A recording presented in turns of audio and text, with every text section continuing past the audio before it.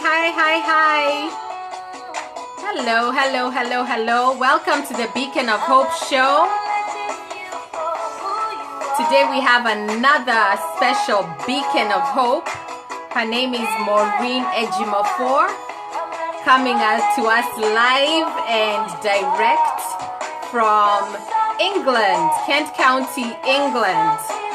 So, Maureen, I see you live, but I don't see the invite button, but I'll go ahead and try this. In my life,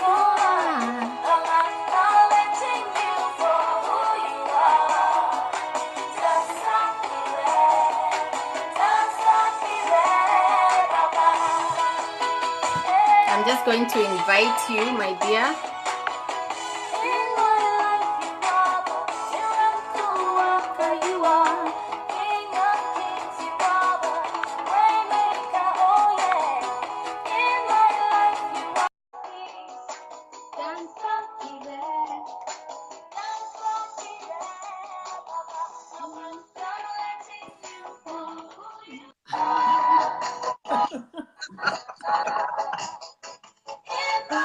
Welcome.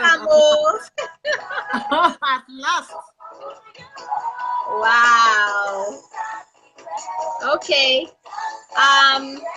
So this song that we are playing is Lara George Dansaki, Acknowledging You. It's such a beautiful song. As you come live, please invite, tag your friends, share this video. So this is the Beacon of Hope show, and we have a Beacon of Hope individual for us to listen to today. And Maureen, you can go ahead and invite people as well, I think, that are on your space.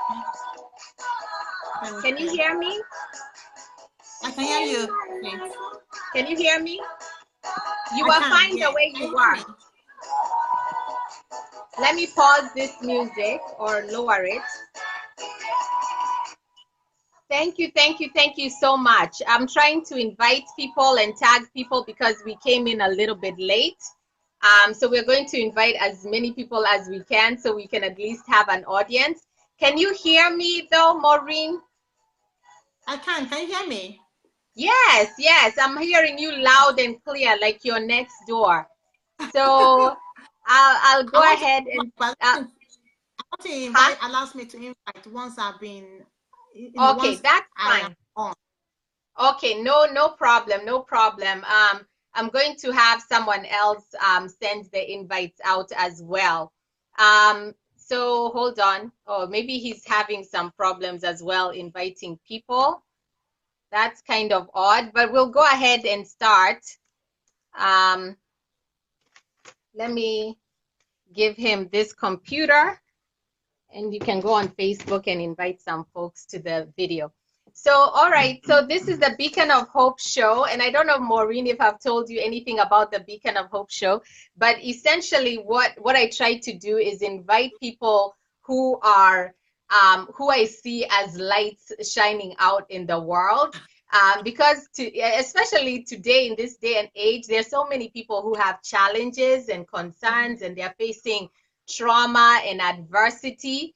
And social media especially has been a place where people share the bad things, a lot of the bad things that are going on in the world. And, you know, I wanted to have a place, a tranquil space in social media where people can find good news, where people can see people who've overcome challenges, who've overcome adversity, and who've been able to thrive, even though we know that for most of us, we'll face challenges in our lifetime, right? So for me, most of the people, because I just started this year, most of the people that I've invited are people within my space, my friends list.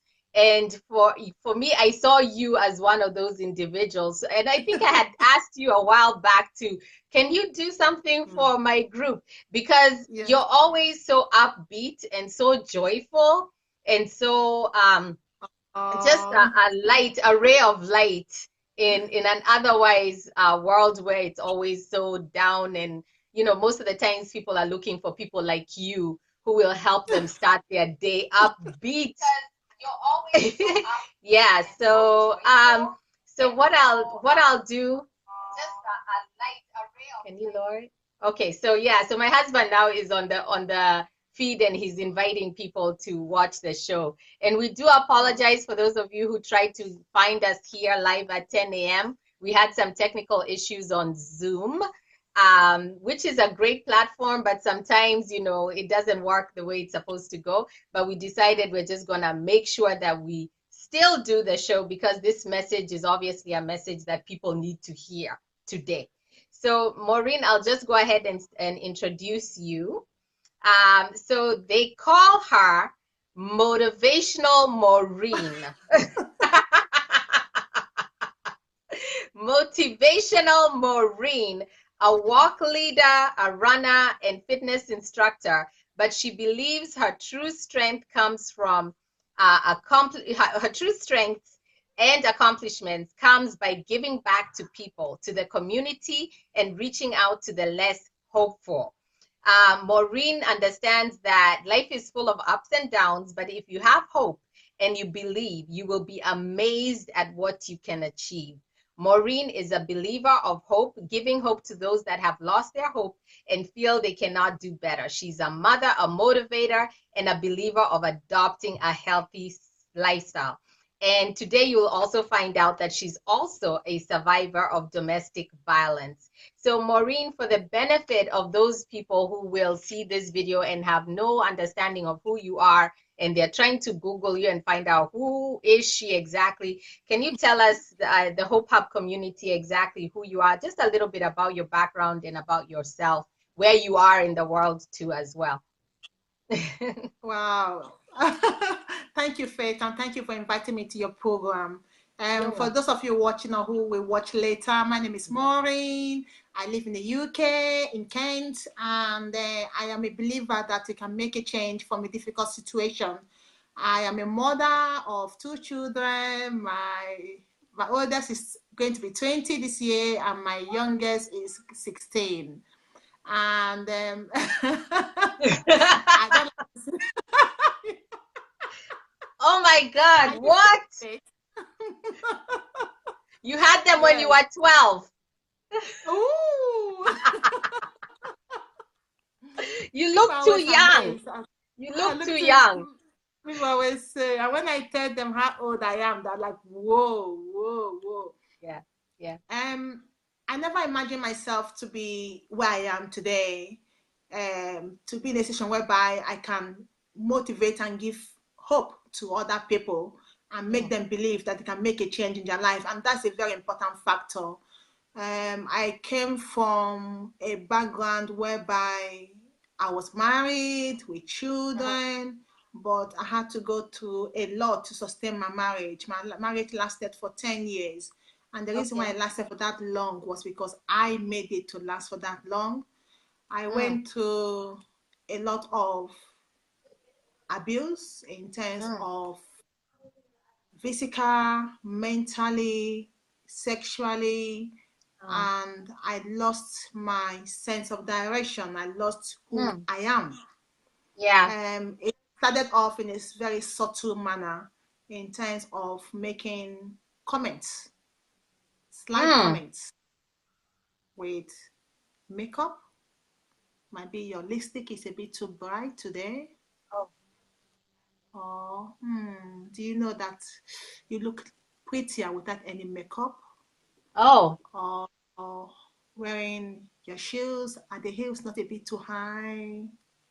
Your cleavage is not a bit too low. And then it went on, you know, just subtle comments. And then in myself, I would like doubt. I said, maybe, okay, maybe it's correct. Or maybe my, you know, my hair color, you know, is a bit too shouting. Maybe my cleavage is a bit too low. You know, you tend to, when someone says the same thing to you several times, you tend to start believing them that maybe they are right and you are the one that is not thinking the right way.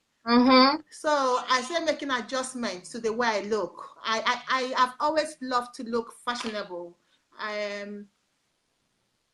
like to look nice. I like to wear whatever I can afford that makes me look nice. I like to interact with people. I'm always a smiler, you know. I'm always smiling. And then Yes. instead of with, you are smiling too much to people, doesn't it send the wrong message? Is it Yeah. not, you're a married woman, is it not sending the wrong message to whoever you want, to who you are smiling at? So I started stopping smiling, and smiling is my ethics, it's my goal. I love to smile. So Oh my I stopped smiling. I stopped putting on makeup. My fashion sense changed. I looked, according to him, I looked more like a wife and like a mother. Okay. So I said, yeah. well, I am a wife, I am a mother. What else am I? So Right. he's correct. And maybe, what the way I look is perfect.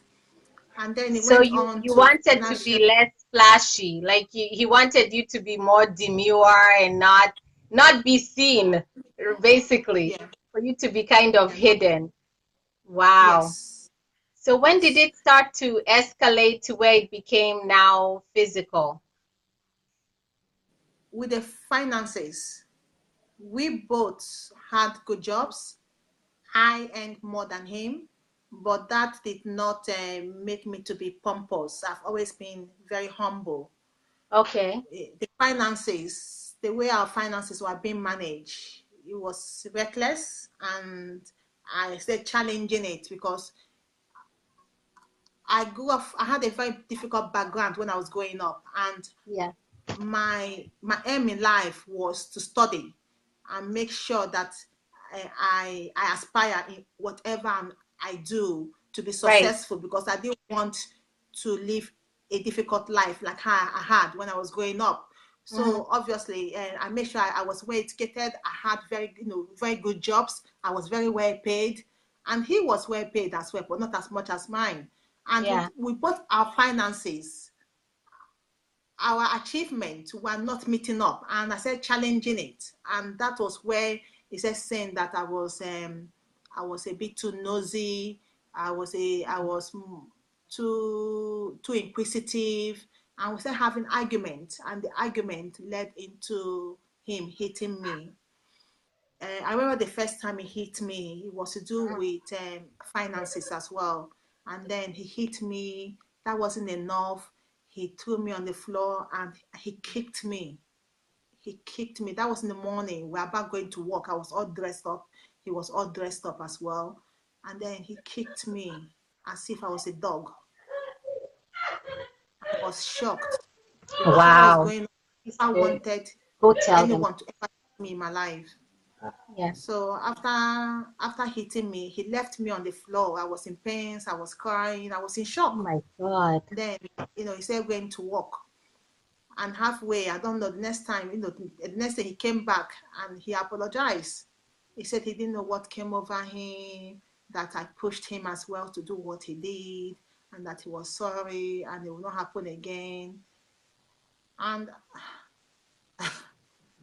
it was like something I never wanted to happen in my life was actually Right. happening to me. And it felt Right. as if I was in a film. It wasn't real. It wasn't really happening. It can't be Mm-hmm. happening. So I said, okay. So being a good wife, I accepted and changed my clothes. And then we went to work together Oh because, my God. The we same had the day? same train. Yeah, we went to work together. And that's how it continued. It'd be nice, nice, nice. And then we have argument. He will storm out Uh-huh. of the house. Nice, nice, nice argument. Verbal abuses, physical abuses, financial abuses continued. And then it went on to sexual abuses, because what happened was, as the years went on with children, and with me taking contraceptive pills as well, because Yeah. the age of my two children my is about 4 years difference. So I was on contraceptive pills. I added the Yeah. weight, and also I wasn't happy in my marriage. A lot of Oh things were happening.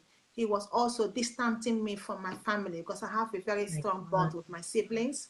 He was Right. distancing my family, and from my friends as well. I became moody. I wasn't like the vibrant Maureen like I am now. Mm-hmm. I became moody. I became withdrawn. It was more what he said went. I saw myself having to bend always to please him, for things to be, for the family to be happy, for the family to be on.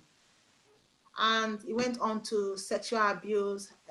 I I added weight. I was comfort eating. I added weight. I was depressed as well. But I was still aspiring my career. I was still doing my best as a mother, as a wife. I was always put down by him, by his family. I saw myself being isolated from my loved ones, from my friends. So I added Oh my weight. God. I had a lot of pimples on my face. I was overweight, and most times he refused to have any sexual intercourse with me because he said I was too heavy. I was too big.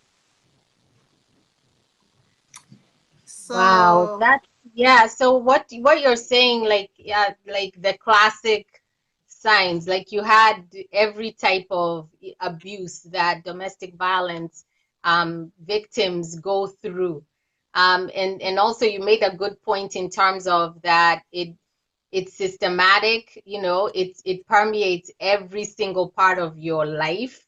And then it also happens so slowly that you don't you know, usually you don't really. My apologies. I don't know what that was. So anyway, I am so glad that you pointed those signs out because people need to hear them because there might be someone who is going through something like that in their current life and they, you know, they know that it's wrong and they mhm, know what it's mhm. doing to them in terms of destroying and intimidating them and changing their personality, but they may not know exactly how to move on and transition out of that relationship. Can you give us some advice in terms of what did you do? When was the last straw and when did you decide enough is enough? It's always that fear of not letting go. We, I am African. We Africans, we don't we don't believe in divorce. We Yeah. don't believe in divorce. We believe in keeping the family together. We believe in things will get better, and that's Yes. how I was brought up, and that's how a lot of Africans are brought up. So we Right. stay in our marriage and we try to do the best. But That then when he will beat me up, and then he will call the police on me and mm-hmm. inform the police that I was the one abusive to him. I mean, he called the police about three Are you times. Each serious? time the police came, yeah, each time the police came, they couldn't they couldn't justify why they were being called, because also the police also did not know how to handle. We are talking about how long ago? Talking about 12 years ago. The Yeah. police then didn't know how to handle domestic abuse. And So this when is they in used to England, come, so Maureen, is that in mhm, England? yeah, Okay. in England, when the police come, I'll tell them that, look, he's the one hitting me. I'm the one being abused. Yeah. And then they'll inform me that, well, they'll just have to deal with the report, that if I'm not happy in my marriage, then I have to leave. But I say it's not easy for me to leave. All I just want is to keep my family together. So the Yes. last straw was when he hit me so badly that he then lifted me, and we used to have ties in the house, Yeah. ties, and then we used to have center carpets. So he was hitting me, and then he lifted me, and then he hit my two knees on the ties. Oh my God. So that was very painful because Painful. I think the last fighting started when I was bathing my daughter. My daughter then was about 3 years. My son was how old? Maybe 7ish or going to 8 then. Okay. So he said from upstairs, he dragged me from upstairs downstairs. Then we're in physical fighting. Then the next thing, he lifted me, hit my two knees on the ties. I collapsed, and he was shouting and cursing. Then he called the police because each time he wants to leave, I will grab hold of his wallet, because then I lost my confidence. I couldn't walk again. I was depressed. I couldn't walk. He was the only one walking, and he didn't like that, because I've always walked and I've always been the higher earner. Yeah. But by his physical abuses, the physical abuse, mental abuse, emotional abuse have been going through all the years, I lost my confidence. I could not work again. I used to work in project management. I couldn't. Project management is very fast paced. I couldn't interact with people. I was just isolated. So each time we have a quarrel, we had a fight, he want to leave me with the children. He will say that I will suffer. You know, he's the only one here for me. He's the only one financially supporting me. And that Yeah. if he leaves, well, you know, I will really suffer. And that used to scare me. So whenever I wants to go, I'll go and grab his wallet and I say, please stay. I'm not working. I don't have any money. I don't know Oh, how to go to the children. Please stay. I will need that. I'll beg him. No. So this particular time, even though I was on the floor, I hid his wallet. He called the police and reported me for theft. So the police came, they and they took me, they handcuffed me, they took me. My legs were all swollen. They took me to the police car to the station. So when we got to the station, I think the police knew that this was really out of order. So they went to call their, I think they just sergeant, and he mm-hmm. came.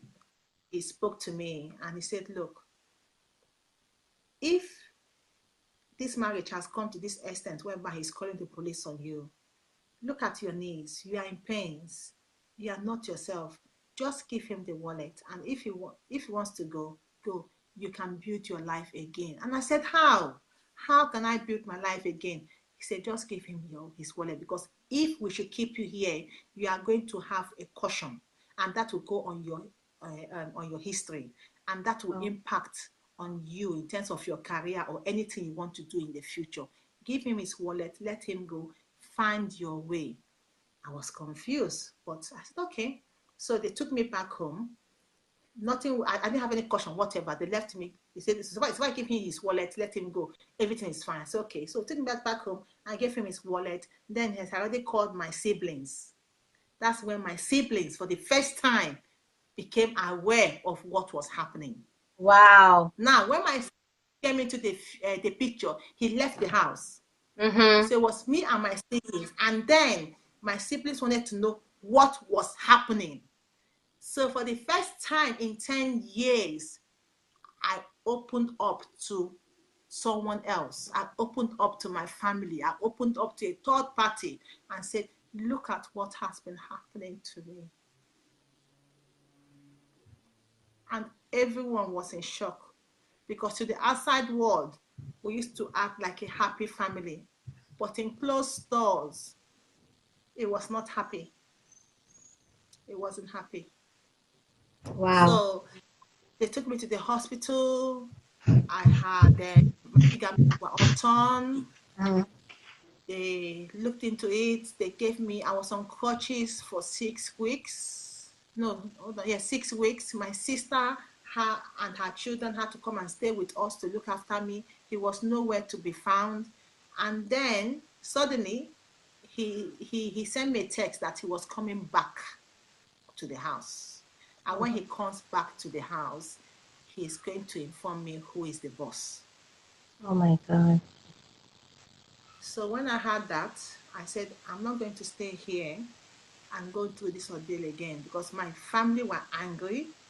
And they said, Yeah. oh, so he's coming back. So they're all the, my brothers went to deal with him when he comes. I said, no, I cannot stay here again. That, no, it's time for me to move on. So I went to the lawyer for Mm-hmm. consultation, because I've never gone through divorce before. Mm-mm. So she informed me of the process of going through divorce. And the Mm-hmm. lawyer was the one that saved me in terms of Wow. what I have to do. The lawyer told me that, Maureen, you've gone through domestic abuse. I never knew what domestic abuse was. Then she explained to Mm. me, because I was open. Because by telling Yeah. my sibling, I felt a big weight come out. I was Yeah. relieved. For Yes. 10 years, I've been holding this Yes. secret.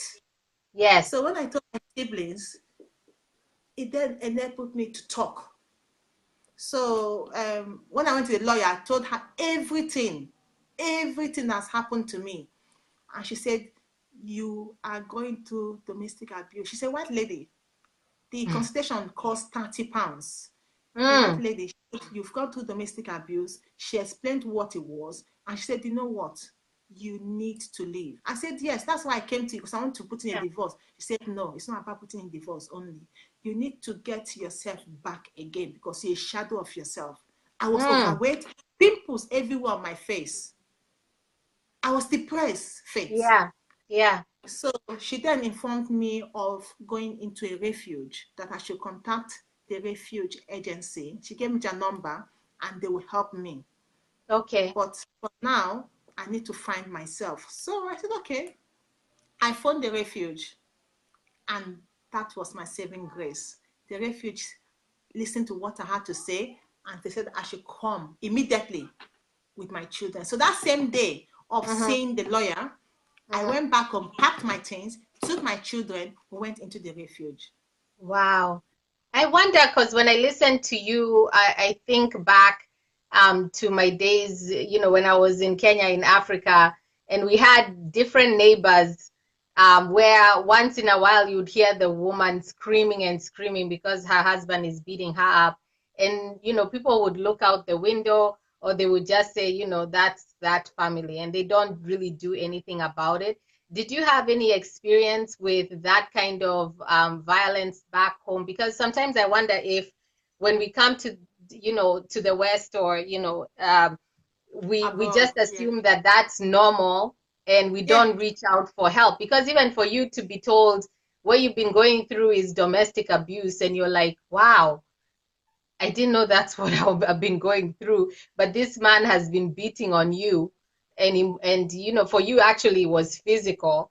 Because I know there are some people where it's emotional, financial, and so in their minds they think, that's not really abuse. But for you, like, he was physically beating you up. But someone had to tell you this is domestic abuse, and for you to Yes. say, what? That's what it is. So, did you have any experience with that in your background where it was like a societal thing that was normal back Because home? I grew up most of my, I think from the age of 8. My Yeah, mom died when I was 8. So from the age of 8 to 17 years, I grew up mostly in the village. And in the yeah, village, you tend to, like what you said, couples quarrel, the yes, family members all come together, they will then make peace and they will continue. And there's nothing like divorce. yeah, I never knew of anything called divorce, because yes, we were used to, okay, they'll quarrel and the man will beat up the wife, they will quarrel, they'll make up, they'll continue. Before you know, after a couple of days, the same thing will happen. And at times, even the beating leads to death. yes, It does lead to death. yes, So yeah, it's something that when I was growing up and seeing those rubbish happening, or maybe you see the wife, the husband, the husband will not provide any financial assistance to the wife, yeah, but you will see him in the bar drinking, yes, drinking beer and palm wine and eating meat, while the family are suffering, they cannot even eat. And then you see the husband with other women, being yeah, and unfaithful to the wife. it's accepted. I see Binti Mwenyewe, she says people don't help. Yeah, so you're right. No. This lady who is saying people don't help, they just see someone being beaten up, and it's like you don't want to upset the status quo. So you just shut your blinds and you continue life as usual, like it's normal. I remember when when I was here in the US, and I was working for like a residential home, and I was working with this Nigerian man, and he was here in the US for many years without his wife. Then his wife came on board to the US, and then sorry, let me just take this. So his wife came to the United States, and so this is the first time that she was here, and the children. And I noticed, like, one time he came to work, like he kept coming to work with the same clothes. So I asked him, what's going on? Going home and showering and whatever. And then he said, oh, I went to court because I had beaten up my wife, and I was told I couldn't be in that particular household. Like, I wasn't allowed within a certain parameter of the house. And when he was talking Yeah. to me, he was very livid about the whole thing. And he had the nerve to tell me, my wife came here from Africa, and she's acting as though I cannot beat her the way I used to beat her back in Africa. And actually he said that I cannot beat her and the children the way I used to beat them in Africa. And so, like, for me, it really opened up my eyes in terms of the mindset of, I wouldn't say all African men, but then in some societies where it's like, for him, he came from that background where it's like, my wife and children Accepted. are on the same Yeah. plane and I can beat them. But then she came here and someone told her, you can call 911. You're empowered. This is domestic abuse. And she called the police on him and he was completely livid. So there are just some things like within the immigrant community, and I'm glad you brought that up, that, you know, we need to educate people and let them know more about this is domestic violence, and you have rights within the law for you to prosecute, for you to call for help, for you to get resources and assistance, and find a refuge for you and your children, and not to worry so much about the power structures that they have, that he has controlled you with, that somehow you can overcome and you can thrive. But I want to go to the refuge. Like, so when you went to the refuge, you know, what happened? What was the transition? It was scary because, one, I never knew what a refuge was. I never even knew one. I never knew one existed. And they said that you need to just pack some things, make sure you have your passport, and that of the children, any relevant document. Just take a few clothes, come out immediately. Yeah. So I had to go to the children's school. No, hold on. I went home first, just pack a traveling bag, put in our clothes, put in our passport and our documents, took that, went to the children's school, and brought my children out. So my sister helped me. Remember, I was on crutches. Yes. So my sister helped me. Wow. Went to the children's school, took them out, and then she dropped me at a secret location. So I waited there with my children. People were asking, Mom, what's happening? I said, don't worry. We'll be fine. Don't worry. Yeah. So my sister dropped us, waited for the refuge, and someone came to us. I said, are you Maureen Ejimofor? I said, yes. Then he asked me some security questions. I told him, and they said, I told her, I will say her. So she said, follow me. Yes. I was scared, Faith. And you know, in Europe, you know, you always hear of stories of people being kidnapped, people being killed, disappear. You know the stories. All the stories start running in your head. But then when you are in a desperate situation, you don't know, because one, if I went back to my okay, say if I stay in the house, he was going to come back. The cycle will continue. And this time around, he left me with broken ligaments, torn ligaments, on crutches. Who knows how the next one will be? Will he be in my coffin? Yeah. Secondly, if I go to my siblings, he will find me there. Also, how long can I be with my siblings? Right. So I was stuck. Yeah. And then, having spoken to my lawyer and spoken to the refuge, they said the best thing is you need to leave. Yeah. And that is an instant decision, that either you stay and face the unknown, or you go to the unknown, which you don't know. Yeah. So I decided to go to the unknown, which I didn't know, than to stay with the known, which I know. Which you knew. Yeah. I knew what might happen. I knew it was going to, the next one was going to be my death. Yeah. So followed her. We entered into her car. I was like praying. I said, God, please, just take control here, please. Yes. And then we drove for a couple of hours. And that's how I came to Kent. Oh, really? Wow. Wow. And I've been in Kent in the past 10 years. Yes. So we went into the refuge. We lived with other women fleeing domestic abuse with their children. We had a support worker who had an interview with us. We had a room. We had a room. Then we had to share the kitchen, the dining area, the sitting room, and the toilet, and the shower area. And the refuge is not what you think. I No. can only talk of where I stayed. You will not know it was a refuge. It looks like a Okay. normal house. Oh, wow. A Wow. normal house. Very So, comfortable. oh, wow. Very Okay. comfortable. Then they have an office there for their staff, and you'll be assigned a social worker or a case worker who will interview you again to know how they can support you. So I was supported in terms of benefit. God Almighty, the time I claimed benefit was when I was in college, and I've Okay. worked for how long? Years. I forgot about benefit. They told me my benefit entitlement. They helped me to apply for my benefit. Mm-hmm. So financially, I was empowered. Yep. They helped me with my accommodation Wow. with the council. Mm-hmm. They helped with allocating my children's schools. My children were taken into very good schools Wow. Okay. of your choice because I'm Yes. Catholic. So I wanted them to go to Catholic schools. Both of my children entered into Catholic schools, very Okay. top schools. Uh-huh. We also had counseling. I had counseling, and my children had counseling. My children also had children support worker, and the school they were assigned to were made aware of the ordeal we are going through, and they had a family support worker at school as well.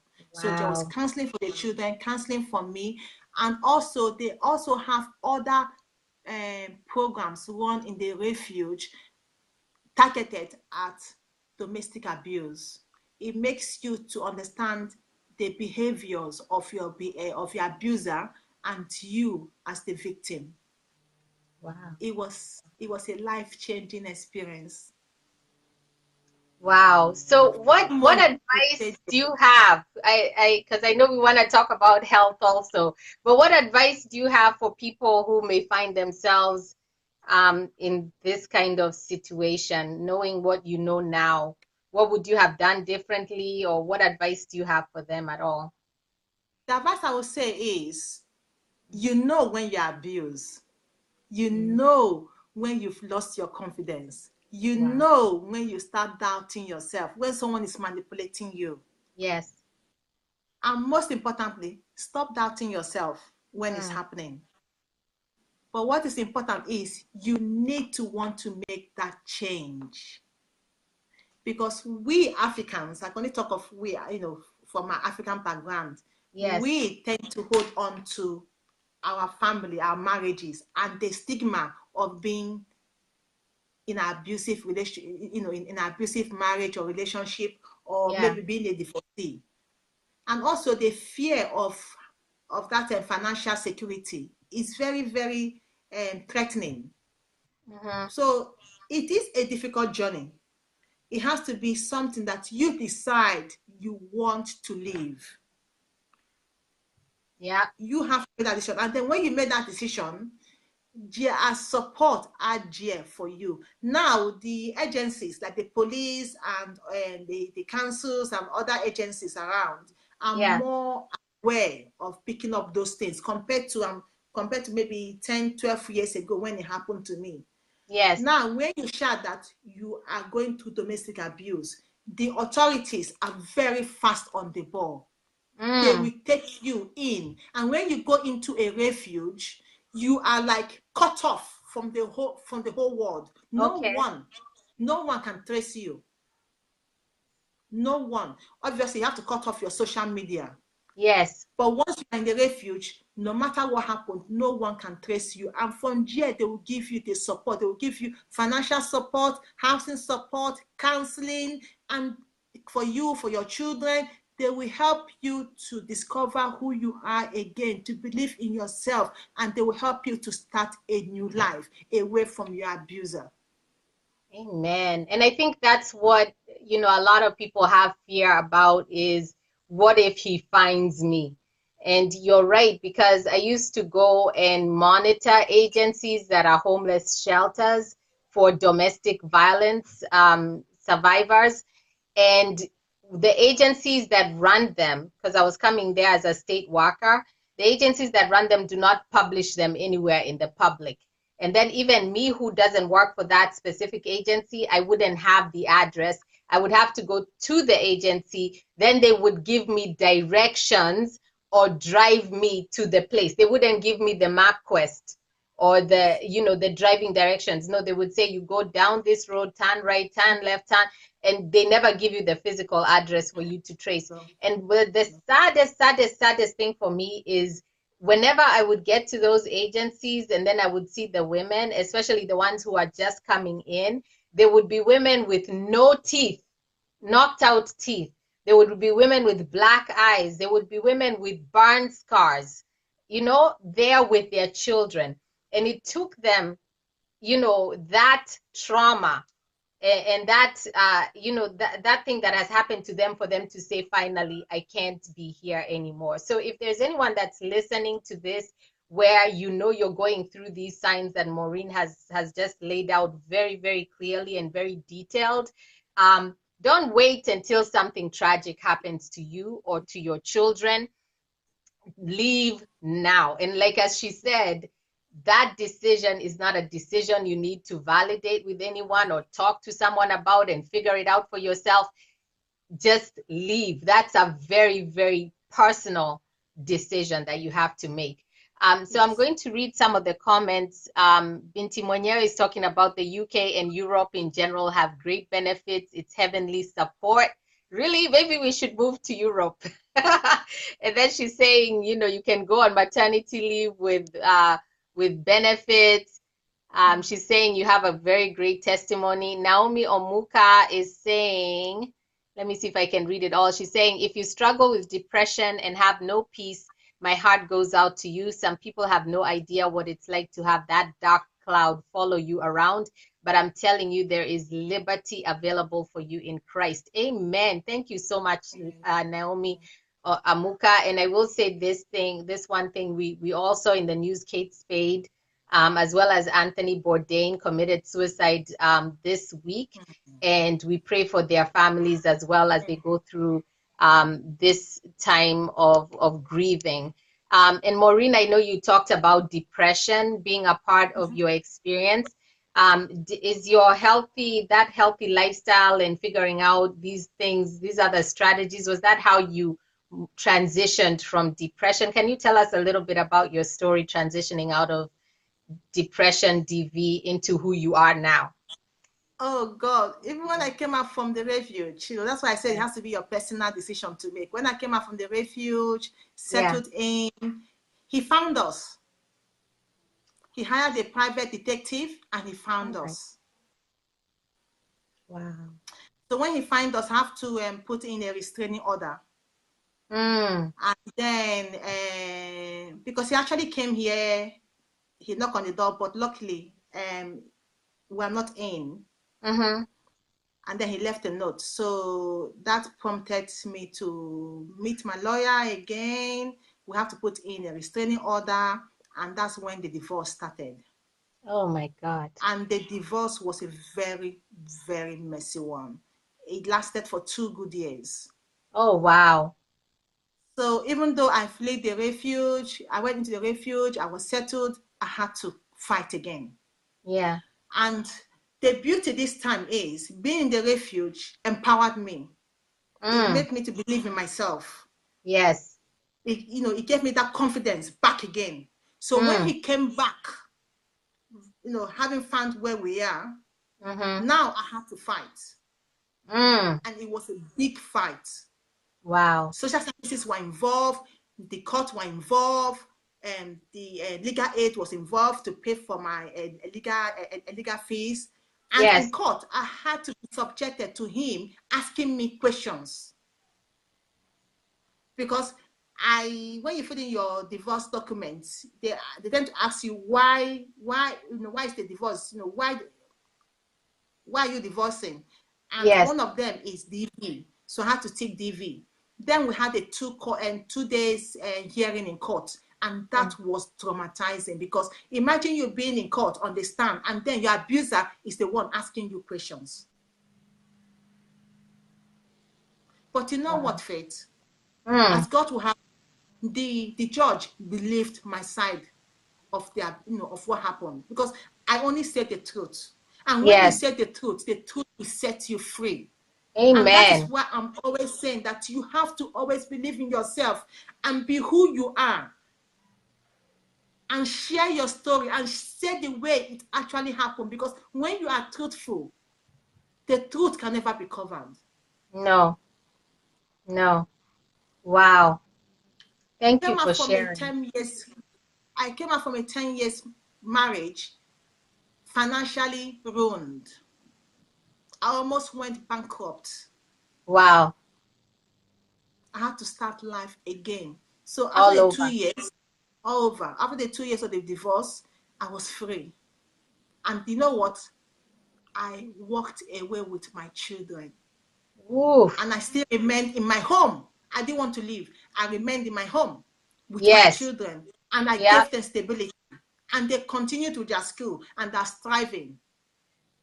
And now I'm still Wow. continuing with my healthy lifestyle and with my Yes. career. And you know what? Just no stopping me. Just no more fear. Life Wow. is now like whatever. Bring it on. You came back stronger. Stronger. Stronger. So, With more okay, so I energy. know we want to talk about health because the reason we want to talk about health is also because the way I met Maureen on Facebook, which is so funny, you meet all these people. Let me tell you, let me say this. When I look at this show and what it is I'm doing, and I look back at the people that I've had on this show, a lot of these people I did not know outside of Facebook. Like I met them on these social media streets. And you think you meet people by accident or you connect with people by accident, but I think it's all God ordained. It's like something that God has ordained for another time. And so when I was now looking for who are these beacons of hope that I see in the world, and I was like, Maureen Ejimofor, she has to be a guest on my show. And the reason I didn't even know her domestic violence story, which is very interesting. I had no idea that you had gone through that experience. But what attracted me to you was your joy and just the way you are, the way you present yourself in the world. You're very strong. You're always motivating women. You're always empowering women. And you show up in a very loud way. Like it's like you better recognize I'm here and who I am.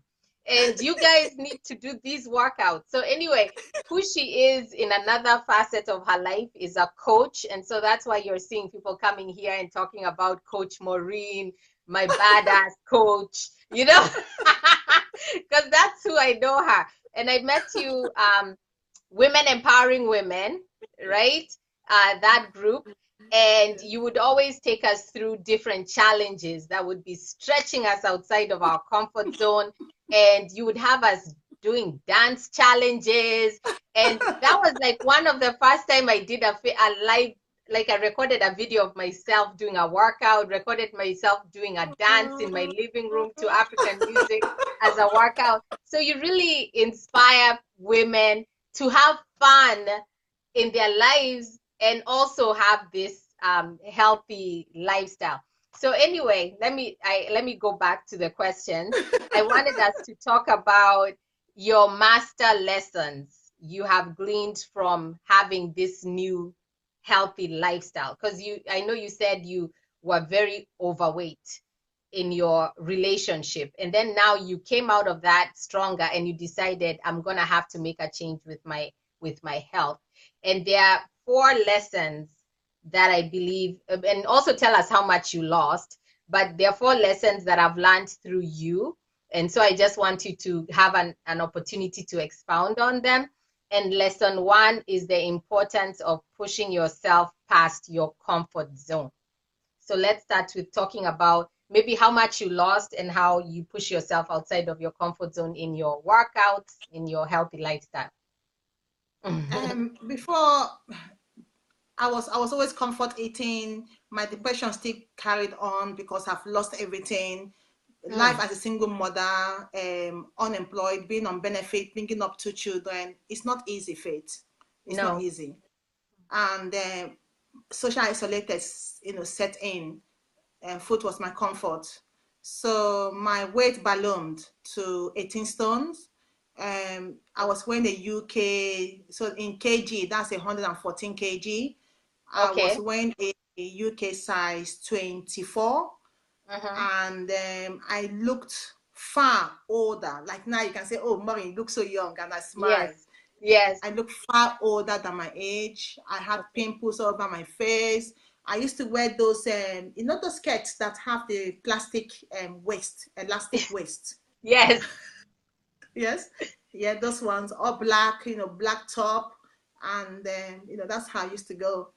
And I know people used to laugh at me. And they would see me coming, they would laugh. But I didn't care. I didn't care. I was just in a different zone altogether. Yes. So my family stepped in again. My sister, my junior sister, she lives about 25 minutes away from me. Yes. So she came and she expressed the concerns of the family in terms of my weight and my aura. My aura was very low. So he started asking me what I like doing. I said, well, I like brisk walking, and also I like to dance. I've always loved to dance. Yes. So she then told me of this Shanti home DVD hip hop app that that makes you dance. So I said, okay, if it's going to make me dance, and she said yes, and she said she's also going to join me, so we can do it on FaceTime and motivate each other. I said, okay. I was a bit, because before then I've gone on a lot of fat diets. I've gone on the protein diet, protein shake, water diet, slimming pills. I've done a lot of yo-yo diet that it works, but you cannot live on them forever, can you? Yeah, so what happens is when you stop, your weight piles up in double, triple, it goes on and on, and it's like a circle. Anyone who is overweight is always depressed. Forget it. You cannot be happy being overweight. It's not possible. No. Because your psychological being, your mental being, your physical being is low. So she went to buy online to buy the Shanti hip hop app. It was just $19.99 on sale then. So she used her card, but her card could only buy one. Okay. So she said, okay, that she'll order it and I will use it. And then the following week, she was going to place her own. Now, that was what changed me. The selfless act of my sister coming to me, talking to me about her concerns and that of the family, going out of her way to even order. And it's just $19.99. Yeah? But ordering, not being able to order for herself because she wanted to lose weight, but she wasn't as big as I was. Yes? Yeah. That was the last straw. So when my sister left, I cried, Faith. I cried. Oh. It was not like when you've gone through a lot, and you just fall down and you give that bitter cry. Yes. And I promised myself that when that DVD comes, I'm going to do it. I'm going to work out every day and I will do it. I know what, Faith, my prayer after crying was that I'm not going to cry again. No. I will not cry again. Yeah. But all I want is, I just want to stand in front of a mirror and look at myself and say, I look nice. Yeah. That's all I wanted. I wasn't interested in scale, in numbers, in my kg numbers or whatever. I just want to stand in front of a mirror, wear my cloth, and say, you know what, Maureen, you look nice. Oh. And when the home DVD came, the first day it arrived, I did 1.5 hours. Oh my God. Wow. Wow. I was 114 kg, 18 stones, and I did 1.5 hours of Shanti hip hop app, jumping, moving, everything. And you know what moved me? My spirit, my mind. Yes. Yeah. Yeah. I was in pains. 3 DVDs. Yeah, 3 DVDs. I finished it. I was in pains because it's normally 30, 30, 30. Yeah. I was in pains. I refused to take any paracetamol or painkillers. I refused. I said, this time around, I will do it the hard way, the correct way, and I'm going to be patient because I have done the yo-yo diet in the past and they've not worked. Yes. Yes. The next day, just coming out of my bed, I was in pains. Even my children came and said, Mom, are you okay? I said, I'm in pains. I refused to take painkillers. Dropped my children at school, came back home, put the DVD on my laptop, continued. Wow. So I did even you went to see my GP because I was in so much pain. I thought maybe I had broken a bone or something. And the GP said, no, it's because of the exercises you are doing. Your body is not used to it. That continue. Wow. I can every day from Monday to Saturday, I would do 1.5 hours. Remember, I wasn't working. Yeah. I would do 1.5 hours. In the evening, when it is dark, everyone is in their house. I will sneak because I was big. Yes. I will go and do 5 minutes. I couldn't go to the gym. I was ashamed. Yes. People were already laughing at me. Wow. And yes. How long was the transition for your weight loss, like to where you were at your goal weight, if you had a goal weight at all, or where you were at the point where you look in your mirror and you say, this is what I wanted to see? I started 1st of September 2014, yes, with the home DVD and the 5 minutes, yes, which then progressed 10 minutes. Then I was 118 kg. Come December, yes, I was 98 kg. Wow. All at home. I was lucky. I went to that corner shop and lady was talking of a health and well-being program, 12 weeks, that was being sponsored by our council for free. So you learn about healthy eating and you have a 30 minutes exercise, and then they will give you free membership to a gym during that 12 weeks. So I joined.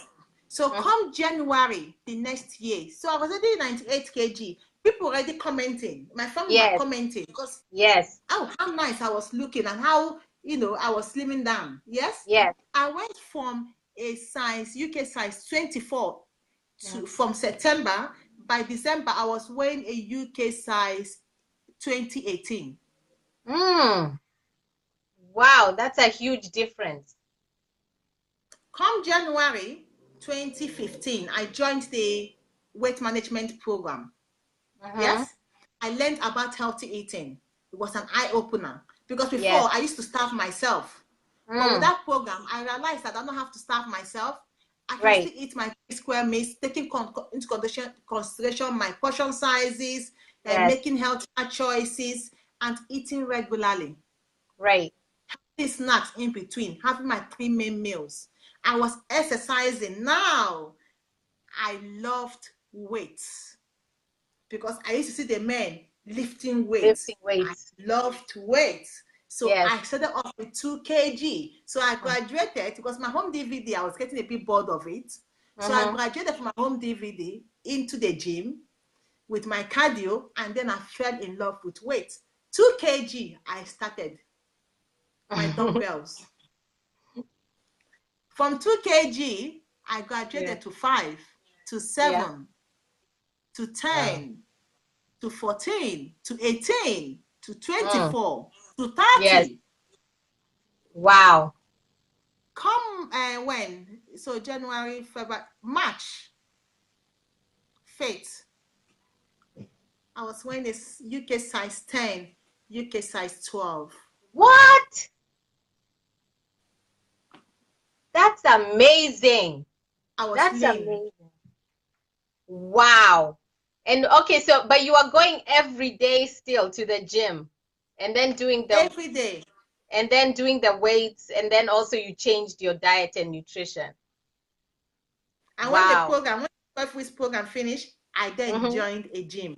Snap Wow. Fitness. That's why you always see my Snap Fitness on my this Snap thing. Fitness. Oh, wow. So let's fast forward to your final goal date. How did that feel like when you finally achieved your goal? It was amazing. My children, my family, they were like, because it becomes a routine, Yes. it becomes part of you. Yeah. So I was always in the gym. I would do my 1 hour or 2 hours in the gym. And to me, it was nothing. My energy level was high. My Yes. depression disappeared. I have Disappeared. so much confidence, so much belief in myself. Mm-hmm. Even doing the weight management program, the trainer will call me out and I will motivate people. I will talk to the other learners. I will encourage them to utilize the free services that the council are giving us in terms of the gym and Yes. attending to the program for healthy eating program. Yeah. I became an inspiration to people. People were seeing my weight. I was losing my weight steadily, gradually. The weekly weight loss is 1 to 2 pounds a week. I was smashing my targets. For Wow. the first time, that's when I was being weighed. Because when I was doing my exercise at home, I never weighed myself. Remember, No. my goal was just to stand in front of the mirror and Yes. look nice. Yes. So I said I was being, because in the program they weigh you every week to make sure that you are losing it gradually. So January the next year was when I was being weighed and I was smashing the target. I was not eating healthy. I was being physically active. Not only was I exercising in the gym, I was also doing my brisk walk. Okay. Mm-hmm. Mm-hmm. And that was all. Wow. And that's how you hit your target. So I know, I know so much just through social media, like what I've seen. So I know that you do your brisk walk, but I also saw you going through your evolution into a runner and you running a marathon last year. Was it last year?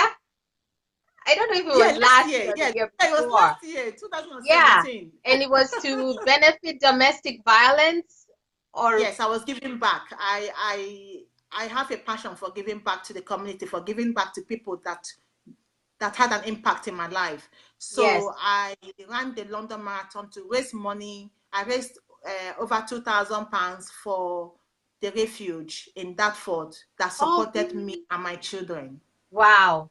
Wow. That is And amazing. it was an honor. It was an honor. And it was the first time anyone has ever ran the London Marathon for the refuge. Oh my God. They must have been so happy and so blessed by your giving. And take it, I'm like, when I look at your life, it's like you took everything that the devil tried to take away from you and you emerged a winner. And so I just want you guys to know who she is. And I don't want to go too much because I could talk forever about motivation. And we call her Motivation Maureen. That's what people call her. And you can see even from her personality that she exudes that she's a terrific coach. She's someone who will motivate you to do what it is you need to do in order to get your life and your health specifically back. Do you want to tell us a little bit about Kent County and the work that you're currently doing in your present day life? In the news, in the media, telling people about healthy lifestyle. This is your time to brag on yourself. I continue. Making a lifestyle change in my life has really transformed me and taken me to heights that I never expected to reach. Mhm. Um, I now work for the Health Trust, our NHS Trust. I worked for our NHS Trust in Kent, whereby I was a health trainer. I then trained to become a personal trainer and exercise fitness trainer. Okay. I then I have my own clients who I support via Mhm. personal training and also motivating them as well in them to believe in themselves, improve their mental and physical health and well-being. At the moment, I work as a health and well-being coordinator in Essex, and I work with long-term health condition patients, which is another challenging role and very fulfilling as well, because people that go through long-term health condition, a lot of them, I'll say 80% of them have given up hope. They are just a living corpse. And it is a blessing to be part of the team, to give them hope, to make them believe, and to make them make a healthy lifestyle change, which helps them to live a better quality of life. I also work for the council as well. The weight management program that I went for, I came back to work for them. Wow. Wow. To work for them and to motivate others as well. Yes. Through where we met, we inspired me to run. I was never a runner. I was more a walker and a gym person. Yes. But from because in a lot of babes used to run, and that inspired me to run. And from running, I remember when I started running, I used to bend. I never knew how to run. You are jogging. So from running, from doing a 2-kilometer run to a 5-kilometer to 10-kilometer, I have done a lot of races. I do races. I've done 5-kilometer race to 10 to half a marathon to full marathon. I ran the marathon last year, like Faith was saying. And also in terms of walking, I have walked, I've done races for walking, I've done walkathons, I've done a 100K walk, and each of the races I do, they're all giving back to charity. Wow. Wow. And I don't do the same race twice. I do a race once, and any proceeds I get goes back to charity. So I'm passionate about giving back to the community, because in my time of being down, I was supported by the community, and it gives me great joy to give back and to share my story. I'm not ashamed to share my story again.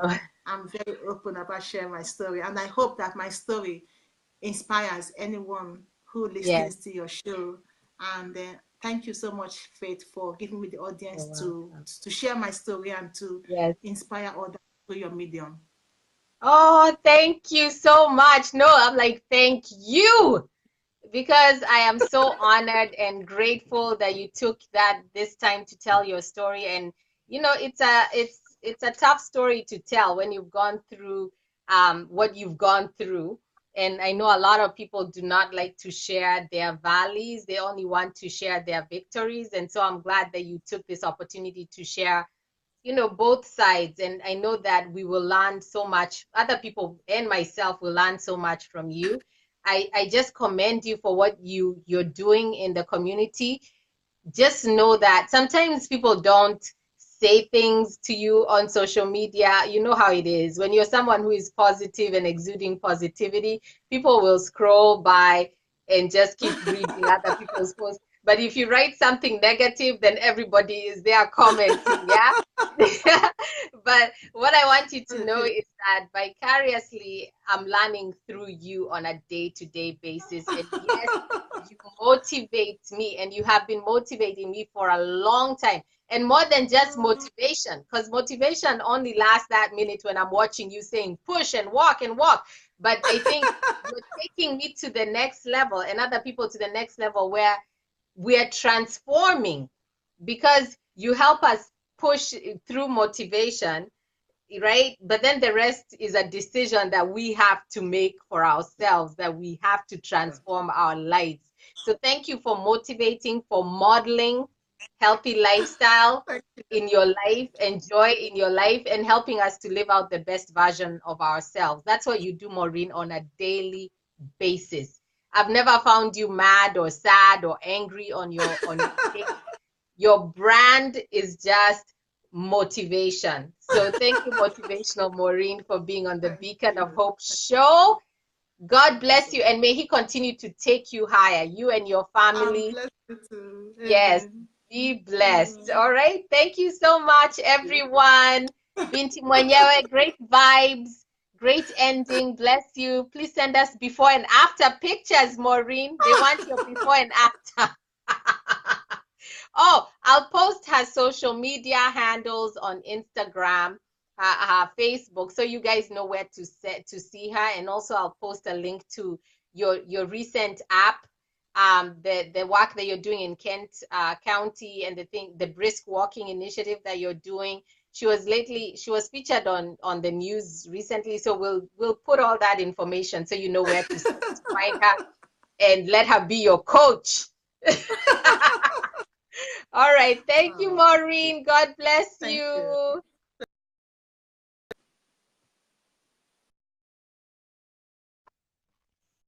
Oops. I'm trying to finish this video.